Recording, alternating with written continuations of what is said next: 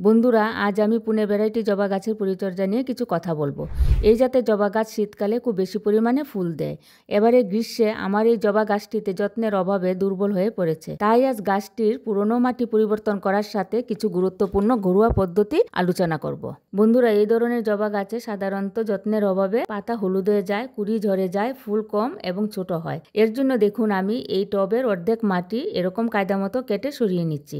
এ সময় অবশ্যই গাছের শিকড়ের ধ্যান রাখতে হবে।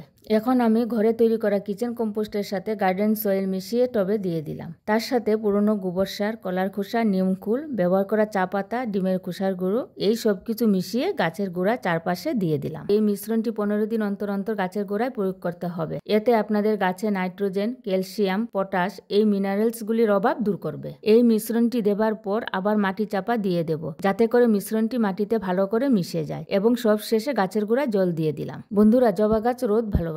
প্রতিদিন কমপক্ষে 5 থেকে 6 ঘন্টা রোদের প্রয়োজন। এভাবে জবা গাছের পরিচর্যা করলে শীতকালে আপনাদের গাছ ফুলে ভরে উঠবে।